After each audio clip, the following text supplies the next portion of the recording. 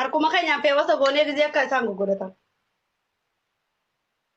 Akkam harka keetiin akkas gooteet feemasa na goote. No, akkas godheetiin fooloo si tolchee taaptaaf si godhee feemasa si godhe. Maal godhu shulataa keef waaqayyoon. Eeggattee maaliif rifattee akka tokko tattaata? Eefa gaafa haanna biraa si baasanii akkumatti rifatta maali garuu? Jaarsa namaa ta'eeti. Ilmoo ni qabda? Hin qabu. Jaartii dandee hagamta akka jaalatta?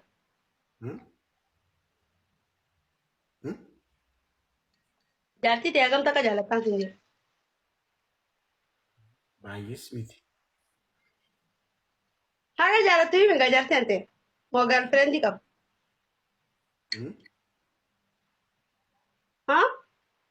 Maal naan jettee?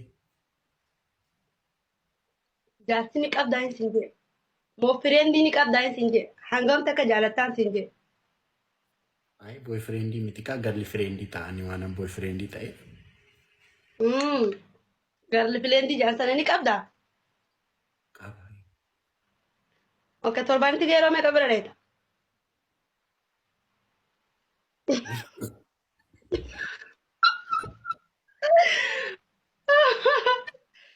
Hotu deebii maal taate maal?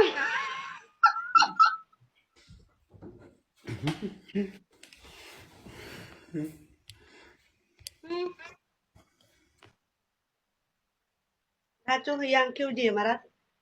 Rachuu! Hotee jira la. Diisii mucaa. Lisee jira. Rachuu torbaanitti yeroo meeqa walaa galtaan naaf himime dafi. Manni xiyyaa mana gaafiif deebii gaafirendii boyfirenditi sii galee. Naa galee. Geema taphachuun dura ani gaafii akkanaa nama gaafadha. Geema taphachuu dhiisee jira. Sii galaa yeroo meeqa torbaanitti firendii tantee bira dheeta. Yeroo tokko. Torban keessaa yeroo tokko wal agartaa? Hin ga'u. No. Torban keessaa yeroo tokko waliin gartu. Yeroo hedduu wal agartaa.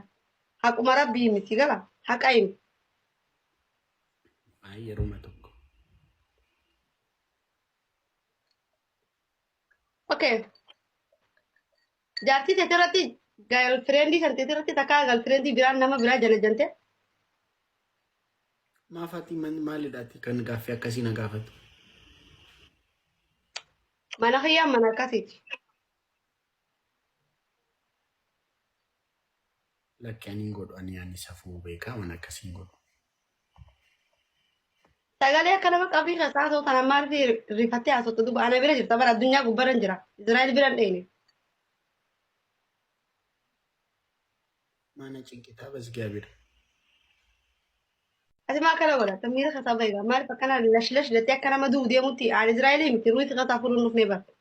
Maafan du'ama waa'ee du'amaa sooftatama basgaa bira.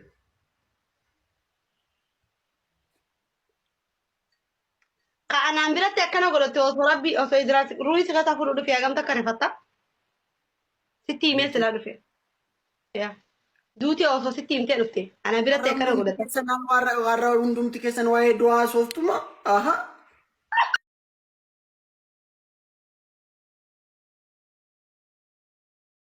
Waa'ee du'aa hundumti keessan